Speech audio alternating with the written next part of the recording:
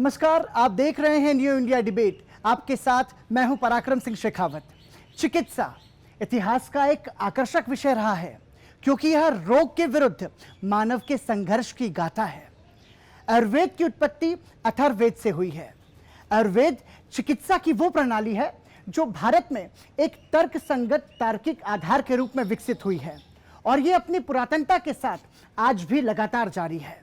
ये बात सच है कि आज आयुर्विज्ञान के महत्व को पूरी दुनिया ने स्वीकारा है, लेकिन बड़ा सवाल यह है कि भारत के आयुर्विज्ञान को क्या हम भारत की स्वास्थ्य शक्ति के रूप में परिभाषित कर सकते हैं। हम मौजूद हैं चौधरी ब्रह्म प्रकाश आयुर्वेद चरक संस्थान में और देश के भावी आयुर्वेद चिकित्सकों के साथ आज समझने की कोशिश होगी आयुर्वेद चिकित्सा के महत्व को।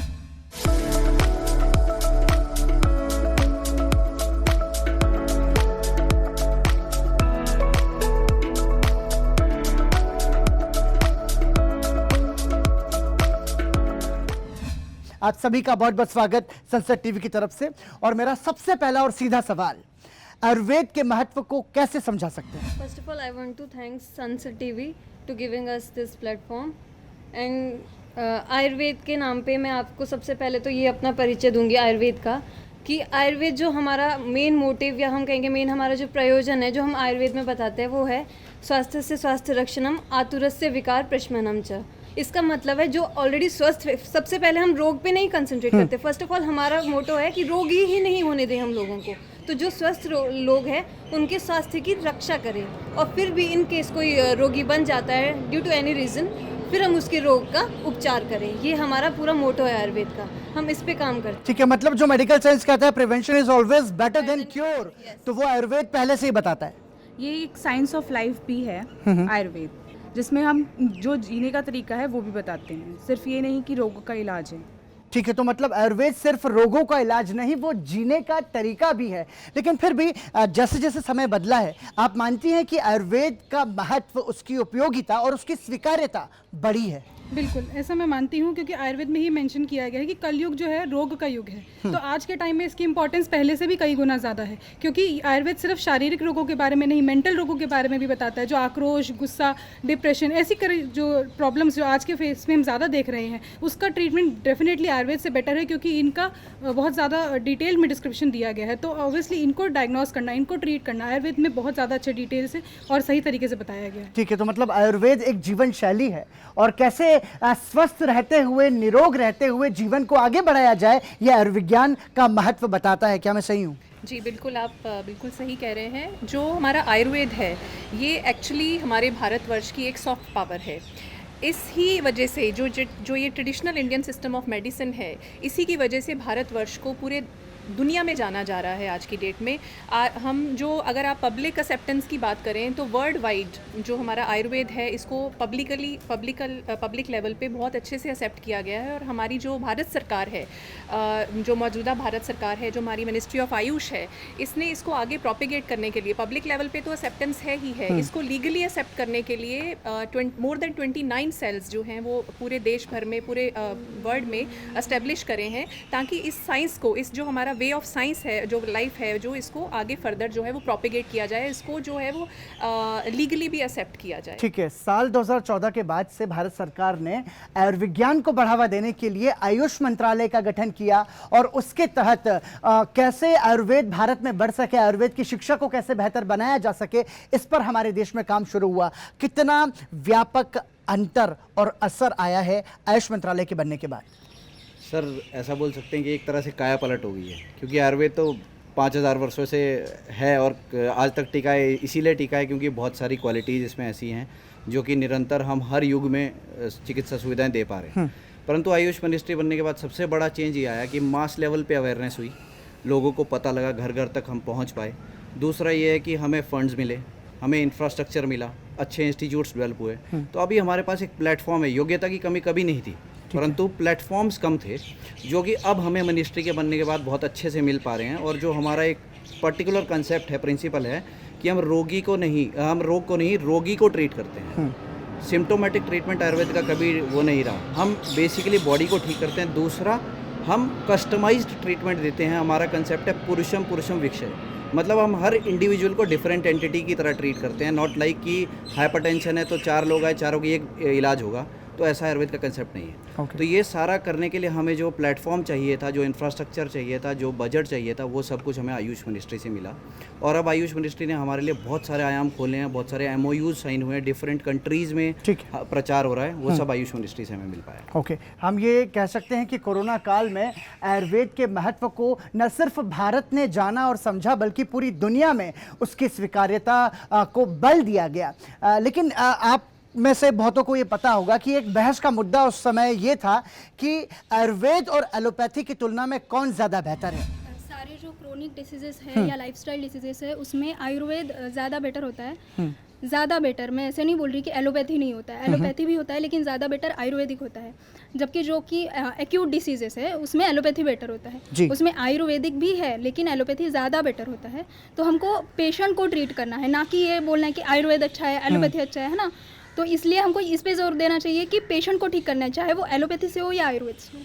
ठीक है, तो पहले पेशेंट को प्रेफरेंस देना है हमको। ठीक है, ये आप better कुछ कहना चाह रही हैं? मैं जी। इसमें ऐड करना चाहूँगी कि देखिए हर पैथी की अपना एक पोटेंशियल होता है और लिमिटेशंस होती हैं, और ये हर पैथी पे जो है वो इम्प्लीमेंट होती है चीज़। इसी तरह से अगर हम आयुर्वेद फर्टिनिटी हैं, हम आयुर्वेद को बिलोंग करते हैं, तो आयुर्वेद की अपने पोटेंशियल्स हैं, जैसे कि क्रॉनिक डिजीज़ेज़ हैं, नॉन कम्युनिकेबल डिजीज़ेज़ हैं, लाइफस्टाइल बेस्ड डिजीज़ेज़ हैं, उसमें आयुर्वेद जो है उसका एक अपना पोटेंशियल है। और अगर हम एक्यूट इश्यूज़ की बात करते हैं तो डेफिनेटली जो मेन स्ट्रीम मेडिसिन है, हमारी जो मॉडर्न स्ट्रीम है, उसका एक अपना है, बट उसमें भी लिमिटेशंस हैं। तो हमारे यहाँ हॉस्पिटल में एक इंटीग्रेटेड अप्रोच से ट्रीटमेंट किया जाता है। अगर एलोपैथिक ट्रीटमेंट भी पेशेंट ले रहा है तो हम उसको स्टॉप नहीं करते हैं। से फॉर एग्जांपल अगर हम डायबिटीज़ की बात करते हैं तो डायबिटीज़ में अगर उसकी ऑलरेडी एलोपैथिक मेडिसिन चल रही है तो हम इमीडिएटली उसको स्टॉप नहीं करते, हम इंटरवेन करते हैं आयुर्वेदिक मेडिसिन और ग्रेजुअली उसको हम जो है वो उसको स्टॉप करते हैं मेडिसिन को। आयुर्वेद एज अ प्रोफेशन, किस चीज़ ने आपको आकर्षित किया यहाँ आने के लिए? देखिए, आचार्य चरक ने बताया है सुख संज्ञकम आरोग्यम विखारो दुखम एक। इसका मतलब ये है कि जो आरोग्य है वही सुख है। आयुर्वेद में बहुत सारी डिटेल्स हैं, बहुत सारा डिस्क्रिप्शन है जिससे हम आयुर्वेद को, आरोग्य को, सुख को प्रमोट कर सकते हैं। जैसे हम दिनचर्या बताते हैं कि ओवरऑल डेली रूटीन, क्योंकि मोस्टली क्या है आजकल अगर मैं यूथ को देखती हूँ तो वो almost they are working in corporate sector, तो उसमें क्या है कि उनका डेली रूटीन इतना ज़्यादा डिस्ट्रॉय हो चुका है कि सारे एलिमेंट, सारे डिजीज़, सारे रोग उनके वहीं से आ रहे हैं। तो अगर एक सिंपल सा दिनचर्या का ही मैं एग्जांपल लूँ, अगर मैं उनको यही बता दूंगी कि मॉर्निंग टू नाइट आपको करना क्या है एज़ पर आयुर्वेदा, तो आई थिंक मैं उनकी लाइफ को, उनकी क्वालिटी ऑफ लाइफ को बहुत हद तक इम्प्रूव कर सकती हूँ। India right now is having the maximum number of youths, हमारे पास बहुत ज़्यादा यंग पावर है। तो जो आयुर्वेद का जो हमारे सिद्धांत है वो इसीलिए आता है कि पब्लिक सेंसिटाइजेशन जब ज़्यादा होगी तो उतनी ही देश की पब्लिक हेल्थी रहेगी। देश की पब्लिक हेल्थी रहेगी, इकोनॉमी अच्छी होगी and we can contribute a maximum to the GDP. क्या आयुर्वेद को बढ़ावा देकर हम भारत के स्वास्थ्य को और ज़्यादा बेहतर बना सकते हैं? श्योर, हम बिल्कुल बना सकते हैं। कम खर्च में? कम खर्च में हम कर सकते हैं। डेली रूटीन में, डेली खान पान में हमारे चरक चिकित्सा में बता रखा कि कौन कौन से ऐसे खाद्य पदार्थ हैं जिनको आप डेली खाएं पर खाने के बाद ना खाएं, कौन कौन से ऐसे पदार्थ हैं जिनको आप खाएं ना, अगर आप खा रहे हैं तो हफ्ते में एक बार खाएं। तो वो आपकी डेली लाइफस्टाइल को ही मतलब मॉडिफाई कर रहा है और कुछ नहीं कर रहा है। तो आप जो डेली आपके पास है उसी से आपका स्वास्थ्य का वर्धन हो रहा है। और केवल आयुर्वेद में ये नहीं है कि आपके स्वास्थ्य का, आपका मेंटल, हमारे आचार रसायन का भी कॉन्सेप्ट है कि कोड ऑफ कंडक्ट क्या होता है, एथिकल और मोरल। तो जो इतनी साइकोलॉजिकल डिजीजेज हैं, जो ओवर थिंकिंग है, डिप्रेशन है, स्किज़ोफ्रेनिया है, अगर आप एक बार उसे फॉलो करें, जो आचार रसायन है, कोड ऑफ कंडक्ट है, तो मुझे लगता है कि आप डेली छोटी छोटी चीज़ों से एक बहुत बड़ा बदलाव ला सकते हैं। छोटी छोटी चीज़ों से बड़े बदलाव लाए जा सकते हैं और आयुर्वेद में उसका समाधान है। एक सवाल और बहुत ज़रूरी सवाल ये, अच्छा आप कुछ ऐड करना चाह रही हैं? हम लोग को सभी को पता है कि आयुर्वेद किचन के नाम से हमारे घर घर में छोटी सी चीज़ और बड़ी सी चीज़, सारी चीज़ें उपलब्ध है, चाहे वो हल्दी हो, चाहे जीरा हो, चाहे अजवाइन हो। और इन छोटी चीज़ों के इस्तेमाल से हम बहुत भयंकर बीमारियों का भी समाधान निकाल सकते हैं। बहुत सारे लोग ऐसा मानते भी हैं कि आयुर्वेद की जो उपचार प्रक्रिया है वो धीमी है, लेकिन वो कारगर भी है। उसका क्या विकल्प हो सकता है और इस पर आप क्या जवाब देंगे? आयुर्वेद जो है मेडिसिन वो स्लो वर्क करती है सर, ऐसा नहीं है, क्योंकि जो डेडफुल कंडीशंस होती हैं जनरली जो आयुर्वेद है वो क्रॉनिक डिजीज़ पे, एलिमेंट्स पे ज़्यादा फोकस करता है। तो उनको होने में इतना समय लगता है, तो दवाइयों को एक्ट करने में, बॉडी की ससेप्टिबिलिटी बनने के अंदर रिसेप्टर का जो मैकेनिज्म होता है उसको एक्सेप्ट करने में मेडिसिन को थोड़ा टाइम लगता है, क्योंकि एक पर्टिकुलर ऑप्टिमम लेवल होता है हर कंसंट्रेशन के हिसाब से जो मेडिसिन एक्ट करेगी, तो पहले बॉडी के अंदर बनना चाहिए, जिस पे मॉडर्न भी वही काम करता है कि प्लाज्मा कंसंट्रेशन बननी चाहिए हर मेडिसिन की। तो वो जो कंसंट्रेशन है वो बनने में टाइम लगता है, इसलिए कह सकते हैं कि वो थोड़ा स्लो प्रोग्रेसिव होता है। लेकिन ऐसा नहीं है, क्योंकि हमारे यहाँ पे different parts of the India, अब हमारे नेशन के अंदर जो अत्यधिक चिकित्सा है वो भी की जा रही है, केरल के अंदर, कर्नाटका के अंदर, महाराष्ट्र के अंदर। तो हम ऐसा नहीं कह सकते हैं लेमनली कि बहुत स्लो प्रोग्रेशन होती है मेडिसिन की, लेकिन हाँ ये एक मिथ बना हुआ है जो कि अभी धीरे धीरे विद टाइम ये चेंज हो जाएगा, क्योंकि ये माइंडसेट है ऑलरेडी। ठीक है, तो आयुर्वेद चिकित्सा को लेकर बहुत सारे भ्रम भी हैं और इसलिए बहुत ज़रूरी है कि जितना ज़्यादा इसके बारे में सही जानकारी लोगों तक पहुंचेगी, उतना ज़्यादा लोग इसकी उपयोगिता और इसके महत्व को समझ पाएंगे। इसी के साथ न्यू इंडिया डिबेट में हम रुक रहे हैं एक छोटे से ब्रेक के लिए, बने रहिए हमारे साथ।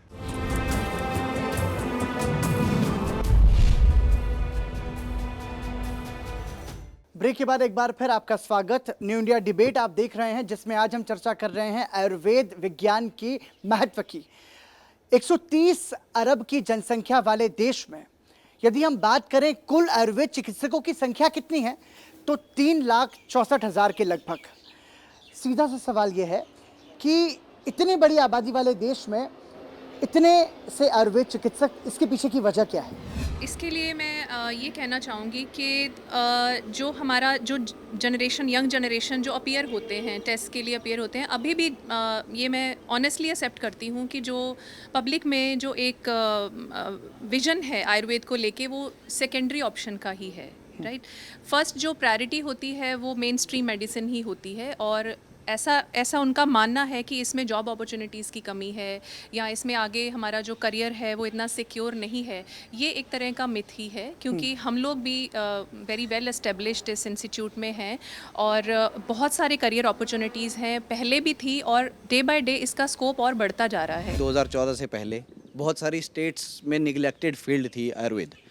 बहुत कम लोग विजनरी इतना थे जो इंडियन सिस्टम पे काम करना चाहते हैं, जो हमारी हेरिटेज है उसको आगे लाना चाहते हैं, जो आप सारी फील्ड्स में देख रहे हैं। बट जो आयुष मिनिस्ट्री बनने के बाद या सेंट्रल गवर्नमेंट के एक सकारात्मक रवैये के बाद जो हमारी स्ट्रेंथ थी वो उभर के सामने आई। अभी बहुत सारे नए इंस्टीट्यूट्स डेवलप हुए हैं। पहले नंबर ऑफ़ कॉलेजेस बहुत कम थे, तो ऑटोमेटिकली कम ग्रेजुएट्स पास आउट हो रहे थे, पोस्ट ग्रेजुएशन कम जगह थी, तो स्पेशलिस्ट कम बन रहे थे। अभी वो बहुत तेज़ी से चेंज हो रहा है। एक साल में करीबन 5,000 तो स्पेशलिस्ट ही हमारे निकल रहे हैं आयुर्वेद से, तो जल्दी ये संख्या बढ़ेगी। MBBS के लिए हम देख रहे हैं कि 85,000 से ज़्यादा सीट्स हैं, और यदि मैं आयुर्वेद कॉलेजेस की बात करूं तो पूरे भारत में 250 आयुर्वेद संस्थान हैं, और जिनमें जो सीट्स हैं वो अंडर ग्रेजुएट के लिए 10,000 है, और मुझे लगता है जो पोस्ट ग्रेजुएट है वो 1,200 है, अगर मैं गलत नहीं हूं तो। आपको लगता है कि सीटों की संख्या बढ़ाए जाने की ज़रूरत है? बिल्कुल, मेरे अकॉर्डिंग सीटों की संख्या बढ़ाई जाने की ज़रूरत बिल्कुल है। पहले इतनी भी सीटें नहीं होती थी आयुर्वेद चिकित्सकों के लिए, क्योंकि लोग मॉडर्न मेडिसिन MBBS करने में ज़्यादा उत्सुक रहते थे। जो आयुर्वेद चिकित्सा की पढ़ाई करते हैं वो मेडिकल साइंसेज का जो सिलेबस है उसको भी पढ़ते हैं, और साथ ही साथ न सिर्फ सिलेबस पढ़ते हैं बल्कि मेडिकल साइंसेज के क्षेत्र में जो भी इनोवेशंस होते हैं, जो भी नई तकनीक आती हैं, उसका भी अध्ययन करते हैं अपनी पढ़ाई के साथ साथ। मतलब डबल मेहनत आप लोग करते हैं। फिर भी कैसे देखेंगे यदि और ज़्यादा सुधार की बात की जाए तो? अगर सुधार आप कहेंगे तो मैं कहूँगी कि और प्रैक्टिकल एस्पेक्ट में सुधार हो सकता है, कि जैसे हम आयुर्वेद टेक्स्ट के अकॉर्डिंग जो हम ट्रीटमेंट कर रहे हैं, वैसे कई वैद्य प्रैक्टिस में परफॉर्म कर रहे हैं। अगर आयुर्वेदिक टेक्स्ट बुक हमें पढ़नी है तो साथ में हमें मॉडर्न भी पढ़नी है। अगर हम काय चिकित्सा पढ़ रहे हैं तो हमें हैरिसन भी पढ़नी होती है, और अगर हम मतलब फार्माकोलॉजी पढ़ रहे हैं तो हमें द्रव्य गुण भी पढ़ना है। तो हमें दोनों चीज़ों को पढ़ना होता है। यहाँ पे फॉरेन से भी, मतलब जापान से और इंडोनेशिया, यहाँ से भी स्टूडेंट्स आए हैं और उन्होंने काफ़ी अच्छा एक्सेल किया है, मतलब इवन रैंक स्कोर किए उन्होंने, 2nd रैंक कर रहे हैं। तो ऐसा कोई मुश्किल नहीं है कि पढ़ पाना, और दोनों चीज़ों को मतलब देखा जाए तो MBBS से ज़्यादा ही हमें पढ़ना पड़ता है। क्या आयुर्वेद को तकनीक के बेहतर इस्तेमाल के साथ और ज़्यादा बेहतर और प्रभावी बनाया जा सकता है? हमारे जो सिद्धांत हैं उनमें अंशांश कल्पना का एक जो है कॉन्सेप्ट आता है कि कोई भी जो चीज़ है, अगर हम थेरेपी दे रहे हैं, कोई भी ड्रग यूज़ कर रहे हैं, तो इंडिविजुअलाइज करके as per the patient, as per the severity of the disease हम दे सकते हैं। हमें भी वो प्लेटफॉर्म मिले, वो मॉडर्न टूल्स मिलें कि हम अपने ड्रग का जो है रिस्पॉन्स रिसेप्टर लेवल तक अगर देख पाएँ तो डेफिनेटली डाटा डॉक्यूमेंटेशन होगी और फर्दर जो आगे हमारी पीढ़ी आएगी उसके लिए एक बैकग्राउंड, एक सपोर्ट होगा। मॉडर्न साइंस का और विस्तार हो चुका है कि अब वो पीएचडी से ऊपर उनकी और सुपर स्पेशलिटी शुरू हो चुकी है। तो Ayurveda also has that much of कि आपको ये भी जान के हैरानी होगी आयुर्वेद में भी प्रॉपर 12 ब्रांचेज हैं, separate branches of each specialisation, whether it's surgery, whether it's ophthalmology, या और आप जितने भी उसमें वो लेंगे कि आपको पैथोलॉजिकल इंटरवेंशंस, हर चीज़ की एक स्पेशलाइजेशन है, लेकिन लोगों को ये चीज़ पता नहीं है। सर्जरी मेडिकल साइंस करता है, आयुर्वेद शल्य चिकित्सा करता है। इन दोनों के बीच का अंतर और इसका महत्व कैसे समझा सकते हैं? Father of surgery universally accepted was an Ayurvedic physician. Acharya Sushruta Ayurvedic चिकित्सक थे जिनको फादर ऑफ सर्जरी आज माना जाता है। प्लास्टिक सर्जरी का सबसे पहला रेफरेंस आयुर्वेद की टेक्स्ट में है, तो सबसे पहले प्लास्टिक सर्जरी भी आयुर्वेद में शुरू हुई। और आज के सिनेरियो की बात करूँ, ये सही है कि शायद हमें उस लेवल का एक्सपोजर या इंफ्रास्ट्रक्चर नहीं मिल पाया आज़ादी के बाद के सालों में कि हम उतना उसको रोबोटिक सर्जरी तक एक्सपर्टाइज पे ले जाते, परंतु आज की डेट में भी कुछ ऐसी बीमारियां जहाँ पे शल्य तंत्र की बात की जाए तो आयुर्वेद बेहतर काम करता है। इस डिबेट को देखने के बाद बहुत सारे लोग इन तमाम सारे तथ्यों से भी अब परिचित होंगे कि आयुर्वेद में सर्जरी भी होती है, आयुर्वेद में रोजगार के अच्छे अवसर भी हैं, और न सिर्फ भारत में बल्कि विदेशों में भी आयुर्वेद का जो महत्व है वो बढ़ा है। कुछ कहना चाह रही थी? A part of surgical procedures, we also have parasurgical procedures in Ayurveda, like leech therapy, Agni Karma. There are so many diseases, like chronic ulcers, like Gaurav Ulcer has explained. In the chronic ulcer, we apply leech therapy. After 4 to 5 sittings, we see drastic changes, positive changes in the profile of the patient. Sushruta शल्य चिकित्सा के जनक माने गए, और पहली जो शल्य चिकित्सा पूरी दुनिया में वो भारत में हुई। वेदों में इस बात के प्रमाण है। और आयुर्वेद की बात करें तो धन्वंतरी, जिन्हें आयुर्वेद का जनक माना जाता है, आज ज़रूरत है, मुझे लगता है कि आयुर्वेद के महत्व को, उसकी उपयोगिता को जितना ज़्यादा हम लोगों तक पहुंचा सके उतना ज़्यादा इसका असर और प्रभाव देखने को मिलेगा। सीधा सवाल मेरा यहाँ पर, युवाओं के लिए रोजगार के कितने ज़्यादा अवसर आयुर्वेद में, कैसे देखेंगे आप? युवाओं के लिए बहुत सारे अवसर हैं आज के दौर में, चाहे वो प्राइवेट प्रैक्टिसेस कह लो, प्राइवेट फर्म्स हैं बहुत सारी, जैसे कि जीवा आयुर्वेदा है, और बहुत सारी ऐसी प्राइवेट प्रैक्टिसेस हैं जो कर रहे हैं। साथ में अपना पंचकर्मा सेंटर्स खोल सकते हैं, अपना ओपीडी स्टार्ट कर सकते हैं अपने लेवल पे। साथ में गवर्नमेंट सेक्टर्स में दे आर मेडिकल ऑफिसर्स की पोस्ट निकलती हैं। आयुर्वेद का सबसे बड़ा एक important feature you can say that a physician can give his own medicines, he can make his own medicines. कोई एलोपैथी डॉक्टर अपना मेडिसिन खुद नहीं बना सकता, फार्मा कंपनीज आके मेडिसिन देती है और तुम्हें प्रिस्क्राइब करना पड़ता है। तो एक मिथ ये भी है कि जो क्रॉनिक डिसीजेज होती हैं, फॉर एग्जांपल हार्ट अटैक हो गया या पैरालिसिस का अटैक हो गया या कैंसर हो गया, ऐसी जो गंभीर जानलेवा बीमारी हैं, उनमें तत्काल उपचार क्या आयुर्वेद में उपलब्ध है? पंचकर्म थेरेपीज जो हमारे आयुर्वेद में है वो बेस्ट तरीका है एक तत्काल उपचार का, कि अगर आप किसी को नस से दे रहे हैं, जैसे माइग्रेन का एग्जांपल दूंगी, पेन किलर खाने के बाद भी पेशेंट्स का पेन नहीं जाता है, बट ऐसी सिचुएशंस में हम पंचकर्म नस्य या और भी किसी थेरेपी का according to patient, according to his prakriti, according to his body type, अगर हम उसे ट्रीटमेंट देते हैं तो डेफिनेटली तत्काल उपचार है। जो एलोपैथिक है, जो मॉडर्न मेडिसिन है, वो 200-250 साल पुरानी है, वहीं पे आयुर्वेद 5000 साल पुराना है। क्या 200 साल से पहले कभी कोई इमरजेंसी नहीं आई होगी? डेफिनेटली आई होगी, वो आयुर्वेद से ट्रीट होती थी। पर जब मॉडर्न मेडिसिन आई तो धीरे धीरे रिसर्च वर्क और जो है वो पीछे होने लग गया। तो आज हमें मेन है कि हमें वो प्लेटफॉर्म मिल जाए। जिन बीमारियों में तत्काल उपचार चाहिए, क्या उनका समाधान आयुर्वेद में है? कैसे आप अनुभव साझा कर सकते हैं हमारे साथ? जी देखिए, इसमें मैं 2 चीज़ें बोलना चाहूँगा। जहाँ कैंसर की बात हो रही थी, कैंसर पे अभी कोलैबोरेटिव रिसर्च खुद ही सरकार ने शुरू कर दी, ये देखते हुए कि आयुर्वेद कितना उपयोगी है कैंसर में। तो वो बोलने के लिए अभी रिसेंटली टाटा मेमोरियल हॉस्पिटल में एडवर्टाइज भी हो गया आयुर्वेद की पोस्ट। ठीक है, झज्जर में एक इंस्टीट्यूट बनने जा रहा है कैंसर के ऊपर, मल्टी स्पेशलिटी, जिसमें आयुर्वेद भी है। तो खुद ही अब अंडरस्टैंड सरकार भी करने लगी है कि नहीं, आयुर्वेद बहुत उपयोगी है कैंसर के मरीजों की लॉन्गेविटी बढ़ाने के लिए, क्वालिटी ऑफ लाइफ इंप्रूव करने के लिए, और वो झेल पाएँ उस रेडियोथेरेपी कीमोथेरेपी को, उसके लिए तैयार करने के लिए। एक चीज़ बची हार्ट डिजीज़ की बात, तो मैं आपसे शेयर करना चाहूँगा coronary artery disease, heart block जिसको कहते हैं, उस पर अब बहुत सारी रिसर्च पब्लिश हो चुकी है जिसको रिवर्स कर देती है आयुर्वेदिक दवाइयाँ। ठीक है, और वो एक इमरजेंसी मैनेजमेंट है। Different panchakarma therapies over there जो क्रॉनिक और डिजेनरेटिव डिजीज़ पे काम करती है, और जो रिकवरी है, जो हीलिंग पावर है, उसको एनहांस करती है। तो it is not like that कि मेडिसिन जो है वो धीरे काम करेगी। अगर मेडिसिन धीरे काम करने में टाइम ले भी रही है तो we can provide therapies to the patient. हम उन पेशेंट को यहाँ पे एडमिट करते हैं, उनको आइसोलेट करते हैं। तो कुछ पेशेंट्स का क्या होता है ना, मोस्टली स्ट्रेस फैक्टर ही डिजीज़ का कारण होता है। उनको हम आइसोलेट करते हैं, यहाँ पे सारी फैसिलिटीज़ देते हैं, उन्हें पता लगता है कि वो सिक्योर हैं, सेफ हैंड्स में, तो स्ट्रेस फैक्टर अपने आप रिलीज डाउन हो जाता है, तो आधी बीमारी तो वैसे ही ठीक हो जाती है। ठीक है, लेकिन हम ये देख रहे हैं कि आयुर्वेद के बहुत सारे भ्रम भी हैं। मैं चाहूँगा कि चूँकि आप आयुर्वेद की पढ़ाई कर रहे हैं, उन भ्रमों को आप कैसे सामने रख सकते हैं? सबसे पहला भ्रम ये है कि आयुर्वेद के कोई साइड इफ़ेक्ट्स नहीं है। ऐसा नहीं है, जिसके भी इफेक्ट्स हैं उसके साइड इफेक्ट ज़रूर है। फॉर एग्जांपल कोविड में हमने बहुत देखा, घर घर में न्यूज़ चैनल से बहुत प्रचार किया, गुड़ूची, अश्वगंधा आपके इम्यूनिटी पावर बढ़ाएंगे, ये करेंगे, लोगों ने डेली बेसिस पे लेना स्टार्ट कर दिया। बट ऐसा नहीं है, हर एक मेडिसिन उसकी प्रकृति के बेसिस पे, उसकी डिजीज़ के बेसिस पे बनाई गई है आयुर्वेद में। तो उसको उसी एक वेल एस्टेब्लिश्ड आयुर्वेदिक फिजिशियन से ही आप वो कंसल्ट करके मेडिसिन लें। आयुर्वेद का महत्व कैसे बता सकती हैं, या आयुर्वेद से जुड़े हुए जो भ्रम हैं उस पर आप क्या कह सकती हैं? सबसे पहले तो मैं ये कहना चाहूँगी, जैसे लोग आजकल मॉडर्न की तरफ जा रहे हैं, उनके अकॉर्डिंग मॉडर्न की जितनी भी डायग्नोस्टिक टेक्निक्स आ रही हैं या थेरेपेटिक इंटरवेंशंस वो जितनी मर्जी कर रहे हैं, लेकिन एक बेसिक चीज़ है, जितने भी कॉन्जेनाइटल मालफॉर्मेशंस हैं वो विकार जो हैं वो मॉडर्न ठीक नहीं कर पा रहा। वो विकार सिर्फ आयुर्वेद की वजह से ही ठीक हो पाते हैं। कोविड-19 की महामारी आई तब हमारे पास कोई भी दवा, कोई भी मेडिसिन नहीं थी, पर हमारे पास आयुर्वेद था। तब हम उससे, पूरे देश देख रहा है कि हम उससे लड़ पाए, और ये हमारा फर्दर एग्जांपल, और उससे बेटर रिजल्ट आए हैं, ये सब ने देखा है। एक बहुत साधारण बात है कि आयुर्वेद की दवाइयाँ गर्मी पैदा करती है, ये हर कोई बोलता है। तो ये एक मिथ है, आयुर्वेद की दवाई गर्मी नहीं करती है। अगर मनुष्य की प्रकृति और उसके डिसीज़ के अकॉर्डिंग आप दवाई लेंगे तो ये इस तरह से कोई भी प्रॉब्लम क्रिएट नहीं करती। और आयुर्वेद वात पित्त कफ तीनों का शमन करता है। तो जो पित्त है, जिसको हम ये गर्मी से या इससे रिलेट कर सकते हैं, तो वो उसका भी शमन करता है।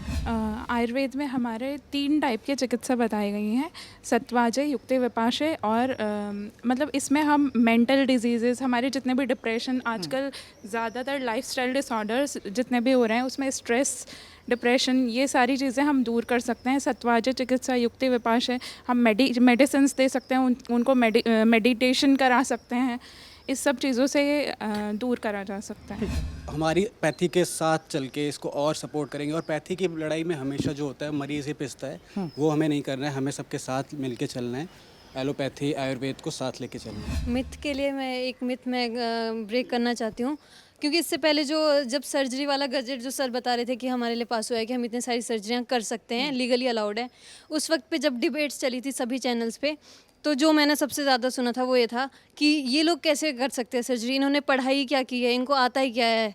मतलब उन लोगों को पहली बात तो उन्हें हमारा करिकुलम ही नहीं पता है कि हम कितने सालों की स्टडीज़ करते हैं, उन्हें पता ही नहीं। वो कहते ये 2-3 महीने 6 महीने करने से नहीं कर सकते सर्जरी। तो पहले तो मैं उन्हें अपना करिकुलम बताना चाहती हूँ कि हम पूरी 5.5 साल की पढ़ाई करते हैं, जितना एक MBBS स्टूडेंट करता है, undergraduate, then come to postgraduate, हम भी 3 साल की MD करते हैं। तो सबसे पहले अपना ये मिथ क्लियर होना चाहिए। और दूसरी बात है हमारी पढ़ाई में कि हम उनकी मेडिसिन कैसे बोल सकते हैं, क्या जानते हैं। मैं मिक्सोपैथी नहीं सपोर्ट करती, और मतलब कोई करता भी है तो मैं उसको भी अपोज ही करती हूँ, बट हमारे लिए जाना बहुत ज़रूरी भी होता है, क्योंकि पेशेंट हमारे पास ऐसा नहीं कि सीधा है आयुर्वेद, तो वो एलोपैथी से ट्रीट होकर आता है, उसके पास ऑलरेडी एक पूरी फाइल होती है एलोपैथी की कि उसने क्या क्या मेडिसिन खाई है, उसके क्या क्या प्रोसीजर्स हो चुके हैं। हमें वो सब भी देखना होता है कि हम उसके फिर वो सब देख के अपनी ट्रीटमेंट, हम ऐसे एक लाइन ऑफ ट्रीटमेंट प्लान करें कि उसने ऑलरेडी ये खा चुका है, कहीं उसके क्या साइड इफ़ेक्ट होंगे क्या। तो हम अपने पूरे 5.5 साल के करिकुलम में अपने सब्जेक्ट्स के साथ, अगर हम फर्स्ट ईयर की बात करें, हम मॉडर्न एनाटॉमी भी पढ़ रहे हैं, रचना शारीर आयुर्वेद का पढ़ रहे हैं, हम फिजियोलॉजी उनकी पढ़ रहे हैं, फिर अपना क्रिया शारीर भी पढ़ रहे हैं, हम अपनी मतलब प्रसूति तंत्र पढ़ रहे हैं, उनका गायनेकोलॉजी ऑब्स ये भी पढ़ रहे हैं। तो हम सब कुछ पढ़ते हुए आते हैं, इसीलिए हम उनकी मेडिकल जो उनकी फील्ड है उसके बारे में भी हम ऑलमोस्ट मतलब पूरा वेल अवेयर रहते हैं, क्योंकि हमें पेशेंट ट्रीट करने होते हैं। ठीक है, मतलब डबल मेहनत के साथ डबल नॉलेज आप लोग कैरी कर रहे हैं। मैं इस मिथ के बारे में बोलना चाहूँगी कि मोस्ट ऑफ द टाइम हम OPD में ऐसा सुनते हैं पेशेंट्स के रिव्यूज़ कि आयुर्वेदिक मेडिसिन गर्म होती हैं। ऐसा बिल्कुल नहीं है, हमारे पास थाउजेंड्स ऑफ मेडिसिन हैं, उसमें हॉट पोटेंसी और कूल पोटेंसी दोनों तरीके से मेडिसिन डिवाइड करी गई हैं, तो according to disease doctor prescribe करता है।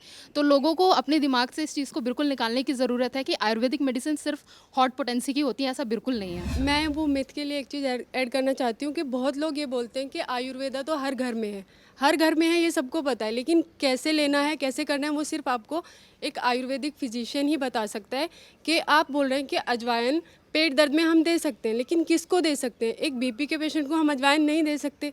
तो आयुर्वेद की चीज़ों को घर में होते हुए भी कैसे यूज़ करना है, कैसे लेना है, कितना लेना है, वो सिर्फ आपको एक आयुर्वेदिक फिजिशियन ही बता सकता है। कई बार क्या होता है कि हमें कुछ पेशेंट्स रेफ़र करने पड़ते हैं, कोई जांच हमारे यहाँ हमारे कैंपस के अंदर नहीं हो पा रही है, तो वहाँ से कई बार पेशेंट वापस आते हैं, वो बोलते हैं कि सर उन डॉक्टर साहब ने मना कर दिया कि आपकी जांच यहाँ पे नहीं हो सकती है, ये लिखने के लायक नहीं है या समथिंग लाइक दैट। तो मैं उनको ये बोलना चाहता हूँ कि सर जो डायग्नोस्टिक क्राइटेरिया है या इम्यूनाइजेशन शेड्यूल वगैरह है, ये सारा मॉडर्न साइंस का देन है, ये एलोपैथी की देन नहीं है। तो इस पर भी हम उतने ही राइटियस हैं जितने वो लोग हैं। तो ये मिथ ना हमें डिबंक करना पड़ेगा और हमें ये नहीं करना कि एलोपैथी है या आयुर्वेदा है, हमें बस एक ह्यूमन को ट्रीट करना है। सर जैसे भ्रम की आपने बात करी, तो बहुत से यूट्यूब चैनल्स खुले हैं या फिर ऑनलाइन आप देखते हैं बहुत से टीवी एडवर्टीजमेंट्स आते हैं कि आपको सर दर्द है तो ये लीजिए, पेट दर्द है तो ये लीजिए। जैसा कि आयुर्वेद बात करता है इंडिविजुअलाइज मेडिसिन की, जैसे पुरुषम पुरुषम वेत्ति चा, यानी कि इंडिविजुअल मेडिसिन लेनी है। आप बहुत सी रस औषध देखेंगे जिसका एडवर्टीजमेंट मिलता है, बहुत से यूट्यूबर्स बोलते हैं कि आप ये रस औषध खाएँ, और ओवर द काउंटर अवेलेबल भी हैं। सबसे पहले तो हमें इसकी ज़रूरत है कि हमारी जो भी हायर मेडिसिन हैं वो ओवर द काउंटर अवेलेबल ना हो, वो सिर्फ एक चिकित्सक परामर्श पे ही मिल सके। जैसे कि एलोपैथी में होता है कि आपको कई मेडिसिन लेने के लिए प्रिस्क्रिप्शन की ज़रूरत है, तो हमारी मेडिसिन भी प्रिस्क्रिप्शन पे ही मिले, ये ज़रूरत है। अमेज़ॉन पे बहुत सी मेडिसिन अवेलेबल हैं जो कि गलत है, क्योंकि ये मेडिसिन जो है वो strictly under supervision, medical supervision लेनी चाहिए। तो ये मिथ हमें दूर करने की ज़रूरत है और मिनिस्ट्री से हमारी ये दरख्वास्त भी है कि ऐसा किया जाए। ठीक है, तो इस पूरी चर्चा को सुनने के बाद और ये समझने के बाद कि आयुर्विज्ञान का महत्व क्या है, हम ये कह सकते हैं कि आयुर्वेद से जुड़े हुए जो तमाम सारे भ्रम थे उसमें भी अंतर स्पष्ट हुआ। और चूंकि 5000 साल पुराना इतिहास रहा है आयुर्वेद का, चरक सुश्रुत धन्वंतरी ये आयुर्वेद विज्ञान के जनक कहे जाते हैं। और जो हमारी संस्कृति रही है, वो जो संस्कृति है वो कहती है सर्वे भवन्तु सुखिनः सर्वे सन्तु निरामया, जिसमें कि सभी निरोगी रहें, इस पर बल और महत्व दिया गया है। तो हम ये कह सकते हैं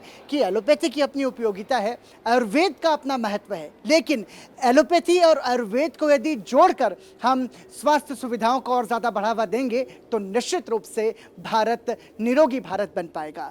इसी के साथ न्यू इंडिया डिबेट की इस चर्चा को यहीं विराम देते हैं। आप सभी आयुर्वेद विज्ञान पर आधारित हमारा एक कार्यक्रम सनसेट टीवी के यूट्यूब चैनल पर भी देख सकते हैं। मुझे और मेरी पूरी टीम को दीजिए इजाज़त। नमस्कार।